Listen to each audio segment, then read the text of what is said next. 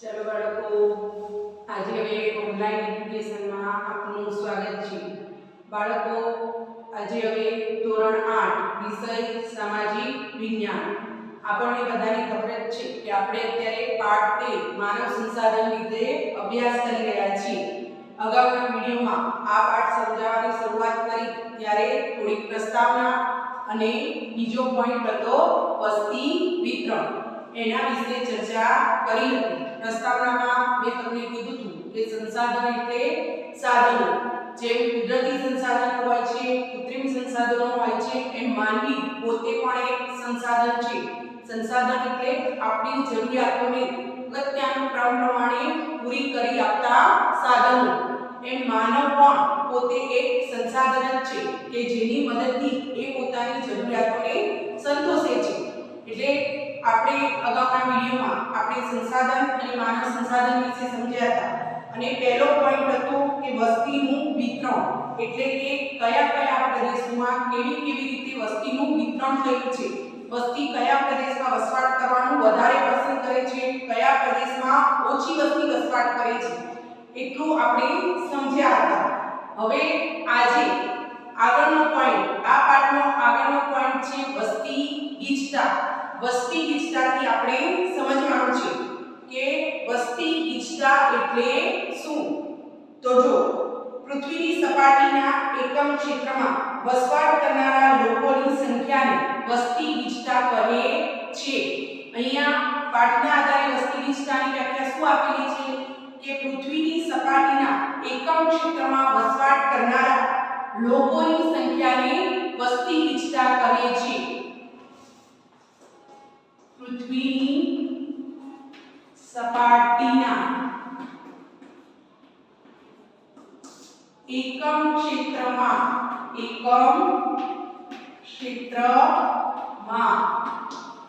वसवाट करनारा लोकोनी संख्याने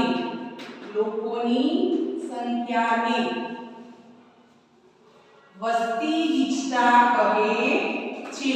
वस्ती गीचता कहे छे એટલે કે દર ચોરસ કિલોમીટરે કેટલા લોકો રહે છે એનું જે પ્રમાણ છે એને વસ્તી ગીચતા કહેવામાં આવે છે, જેને સામાન્ય રીતે દર ચોરસ કિલોમીટરમાં રજૂ કરી શકાય છે। वस्ती गीचतानी आ सूत्र प्रमाणे पण આપણે દર્શાવી શકીએ એટલે કે દર ચોરસ કિલોમીટરે કેટલા લોકો રહે છે એનું પ્રમાણ એ વસ્તી ગીચતા છે અને આપણે આ વસ્તી ગીચતાને એક સૂત્ર પ્રમાણે પણ દર્શાવી શકીએ છીએ। હવે વસ્તી ગીચતાનું સૂત્ર આ પ્રમાણે છે કે વસ્તી ગીચતા બરાબર દેશની કુલ वस्ती जेना छेदमां देशनु कुल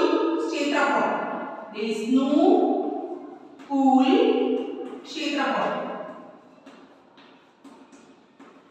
એટલે કે દર ચોરસ કિલોમીટરે કેટલી વસ્તી રહે છે એનું માપ। ભારતની સરેરાશ વસ્તી ગીચતા 2011 ના વર્ષ પ્રમાણે 382 છે, જ્યારે વિશ્વની સરેરાશ વસ્તી ગીચતા 54 વ્યક્તિની છે।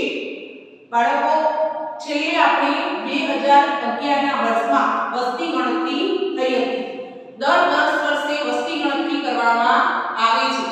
2011 માં વસ્તી ગણતરી થઈ હતી એટલે આપણને પાઠ્યપુસ્તકમાં એ પ્રમાણેના આંકડા આપેલા છે કે ભારત દેશની સરેરાશ વસ્તી ગીચતા 382 છે। એટલે કે ભારતની 2011 ના વર્ષ પ્રમાણે વસ્તી ગીચતા કેટલી છે? વસ્તી ગીચતા 382 છે, બરાબર। એ આ પ્રમાણે 2011 ના વર્ષના આંકડા પ્રમાણે જોતા દુનિયાની વસ્તી ગીચતા 54 વ્યક્તિની છે એટલે કે દર ચોરસ કિલોમીટરે 54 વ્યક્તિ કરે છે. સૌથી વધારે વસ્તી ગીચતા દક્ષિણ મધ્ય એશિયામાં છે. આખા વિશ્વની વાત કરીએ તો સૌથી વધારે વસ્તી ગીચતા ક્યાં છે? તો સૌથી વધારે વસ્તી ગીચતા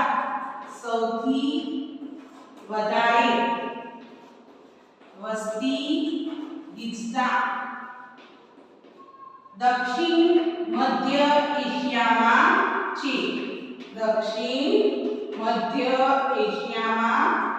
છે. બરાબર. આ સિવાય ક્રમશઃ પૂર્વ એશિયા અને દક્ષિણ પૂર્વ એશિયામાં વધુ વસ્તી આવેલી છે. કે આ સિવાય ક્રમશઃ પૂર્વ એશિયા અને દક્ષિણ પૂર્વ એશિયામાં પણ વસ્તી વધારે છે. હવે અહીંયા વસ્તી વધારે હોવાના કારણો મેં તમને અગાઉ પણ કીધું હતું કે વસ્તી વધારે ક્યાં હોય? તો જ્યાં મેદાની પ્રદેશો છે, જ્યાં ખેતી અને ઉદ્યોગ ધંધા અને રોજગારીની તકો વધારે હોય છે, ત્યાં વસ્તી ગીચતા વધારે હોય છે. અને જ્યાં પર્વતો અને રણ પ્રદેશો છે કે જ્યાં ખેતી ઉદ્યોગ ધંધા ઓછા છે, તેવા પ્રદેશોમાં વસ્તીની ગીચતા હંમેશા ઓછી હોય છે. હવે અત્યારે તો આપણે આ 2011 ના વર્ષ પ્રમાણે જે વસ્તી ગણતરી થઈ હતી અને આપણને જે આંકડા મળ્યા હતા એ પ્રમાણે આપણે દર્શાવ્યા છે.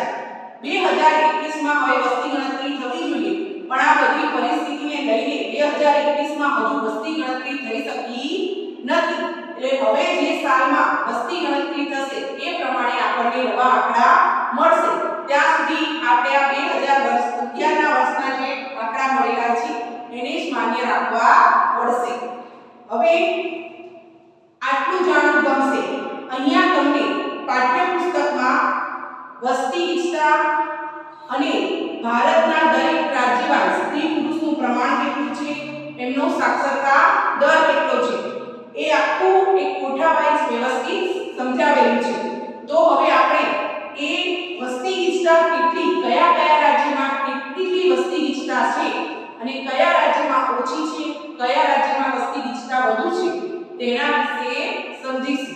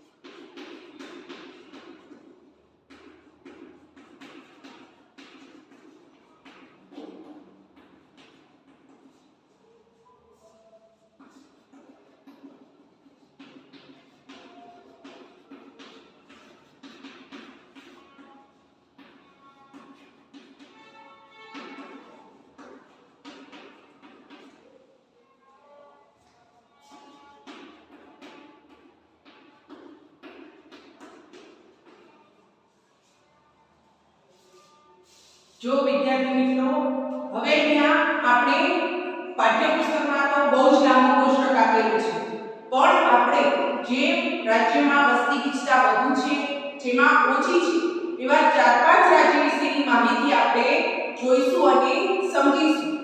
તો આમાં આપણને સૌથી પહેલા ભારતની વસ્તી ગીચતા, એના સ્ત્રી પુરુષનું પ્રમાણ, એની સાક્ષરતાનો દર જણાવેલો છે. તો સૌથી પહેલું લખશું ભારત. ભારતમાં વસ્તી ગીચતા કેટલી છે? તો 382. સ્ત્રી પુરુષનું પ્રમાણ 943 અને ભારતનો સાક્ષરતા દર 74.04% આપેલો છે. હવે આપણે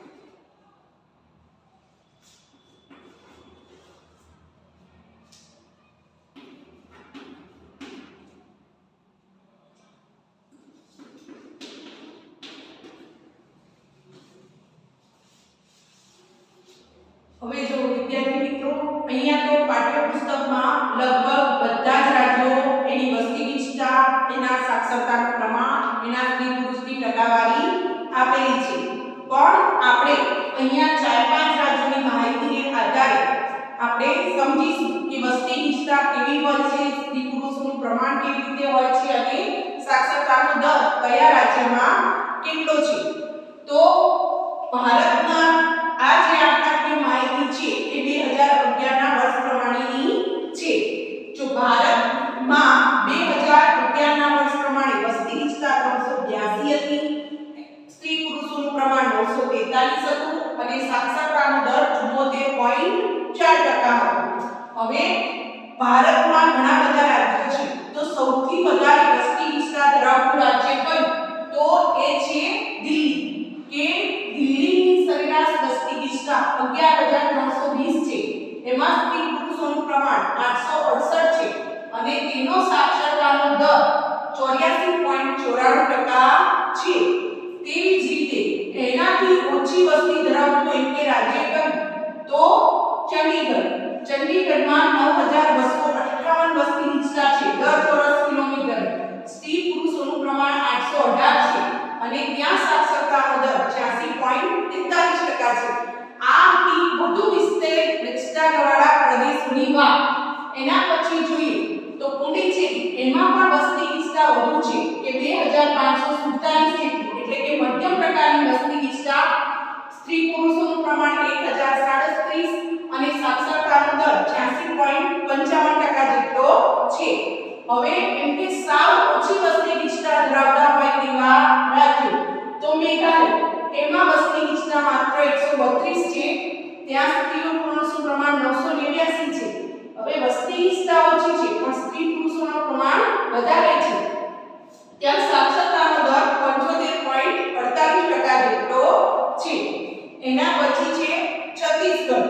છત્તીસગઢમાં પણ 189 જેટલી વસ્તી ગીચતા છે, 991 સ્ત્રી પુરુષોનું પ્રમાણ છે અને 71.4% જેટલું ત્યાં સાક્ષરતાનો દર છે. આમ જુદા જુદા રાજ્યોમાં એની સવલતો પ્રમાણે, એની સગવડો પ્રમાણે અને એની ભૂપૃષ્ઠ આબોહવા વગેરેને પ્રમાણે વસ્તી ગીચતાનું પ્રમાણ અમુક રાજ્યોમાં વધુ છે, અમુક રાજ્યોમાં મધ્યમ સ્તરનું છે, તો અમુક રાજ્યોમાં સાવ ઓછું છે. હવે આનાથી આગળ આ કોષ્ટક પછી આપણે જે પોઈન્ટનો અભ્યાસ કરવાનો છે એ છે વસ્તી વિતરણને અસર કરનારા પરિબળો. વસ્તી વિતરણને અસર કરનારા પરિબળો.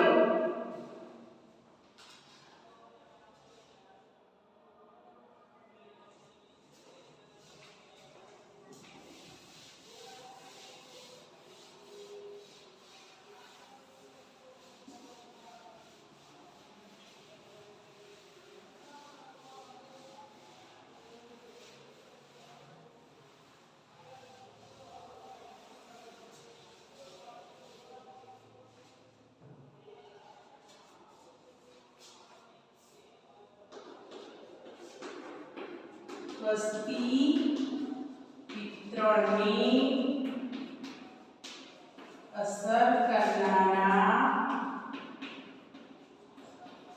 પરિબળો. હવે વસ્તી વિતરણ એટલે જ્યાં કયા પ્રદેશમાં વધુ વસ્તી છે, કયા પ્રદેશમાં ઓછી વસ્તી વસવાટ કરે છે એને અસર કરતા પરિબળો. એમાં સૌથી પહેલું પરિબળ છે એ છે પ્રાકૃતિક રચના. પ્રાકૃતિક રચના.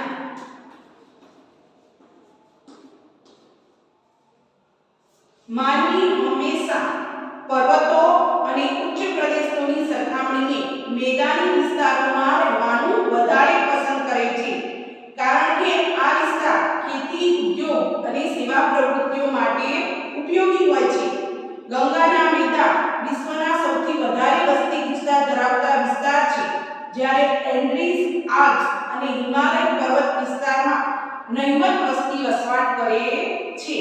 એટલે કે જો બાળકો, મેં તમને અગાઉ પણ કીધું હતું કે સૌથી વધુ વસ્તી ગીચતા ક્યાં હોય? તો મેદાની વિસ્તારોમાં સૌથી વધુ વસ્તી ગીચતા હોય છે. કેમ? કે મેદાની પ્રદેશોમાં ખેતી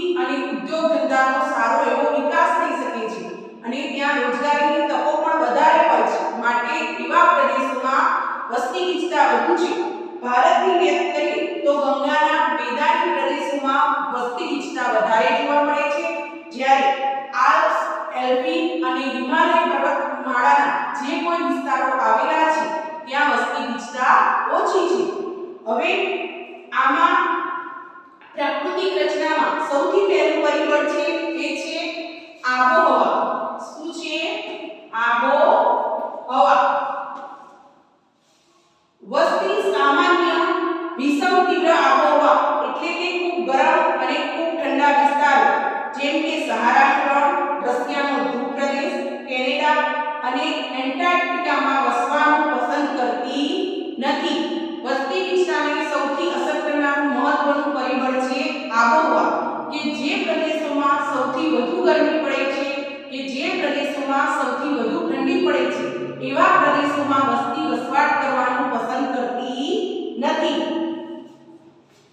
વસ્તી સામાન્ય તીવ્ર આબોહવા એટલે કે જ્યાં વધુ ગરમી પડે છે કે જ્યાં વધુ ઠંડી પડે છે ત્યાં વસવાટ કરવાનું પસંદ કરતી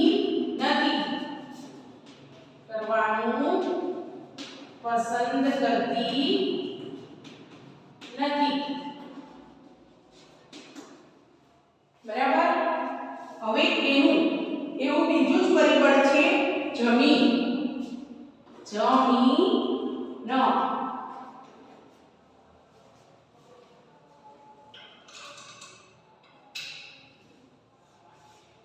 ફળદ્રુપ જમીન ખેતી માટે ઉપયોગી હોય છે. ભારતમાં ગંગા અને બ્રહ્મપુત્રમાં, ચીનમાં હવાંગો અને ચાંગજિયાંગ તથા ઇજિપ્તમાં નાઇલ નદીના ફળદ્રુપ મેદાનમાં ગીચ વસ્તી વિસ્તારો વધુ જોવા મળે છે. હવે બીજું પરિબળ વસ્તી વિસ્તારને અસર કરતું હોય તો તે જમીન છે. તો મેદાની વિસ્તારોમાં કે જ્યાં જમીન ફળદ્રુપ છે ત્યાં વસ્તી વધુ વસવાટ કરે છે. અહીંયા ઉદાહરણ આપ્યા છે કે ભારતમાં ગંગા અને બ્રહ્મપુત્ર નદીના મેદાની વિસ્તારોમાં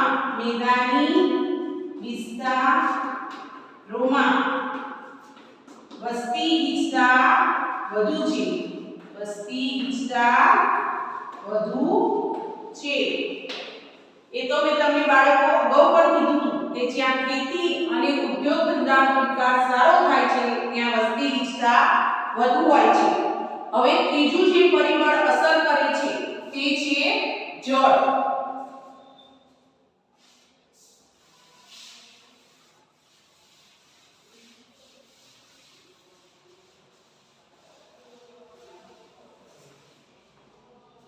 વસ્તી ગીચતાને અસર કરનારું ત્રીજું પરિબળ છે જળ.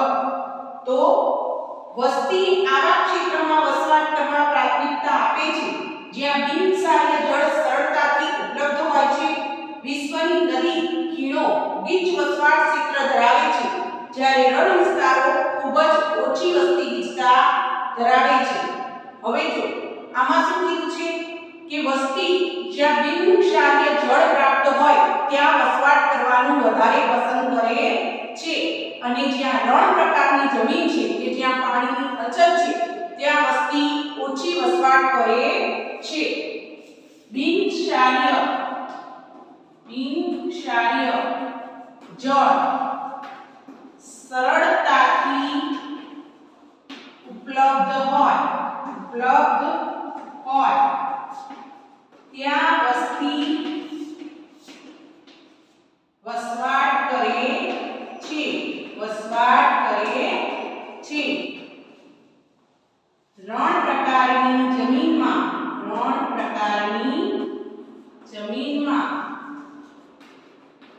તે વસવાટ કરતી નથી. નથી. હવે એના પછી ચોથું પરિબળ છે ખનિજ. કયું પરિબળ છે? ખનિજ. ખનિજ સંસાધનવાળા વિસ્તારો વધુ વસ્તી ધરાવે છે. દક્ષિણ આફ્રિકાની હીરાની ખાણો અને મધ્ય પૂર્વ એશિયામાં ખનિજ તેલના ક્ષેત્રો લોકોની વસવાટ માટે પ્રેરિત કરે છે. હવે શું કહે છે કે જે વિસ્તારોમાંથી ખનિજો વધારે મળી આવે છે એવા વિસ્તારોમાં ઉદ્યોગ ધંધા કાચા માલની પ્રાપ્તિ વધુ ખૂબ જ સરળતાથી થાય છે. માટે જ એવા વિસ્તારોમાં વસ્તી વધુ વસવાટ કરવાનું પસંદ કરે છે. જેમ કે દક્ષિણ આફ્રિકાની હીરાની ખાણો. દક્ષિણ આફ્રિકાની હીરાની ખાણો અને મધ્ય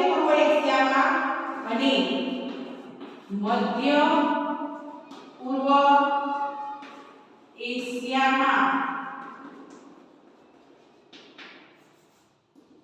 ખનિજ તેલના ભંડારો આવેલા હોવાથી વસ્તી ત્યાં વધુ વસવાટ કરે છે.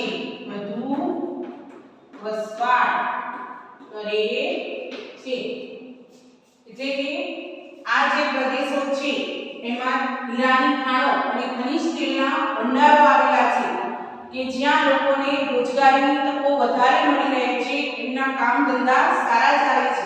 માટે આવા ક્ષેત્રોમાં વસ્તી વસવાટ કરવાનું વધુ પસંદ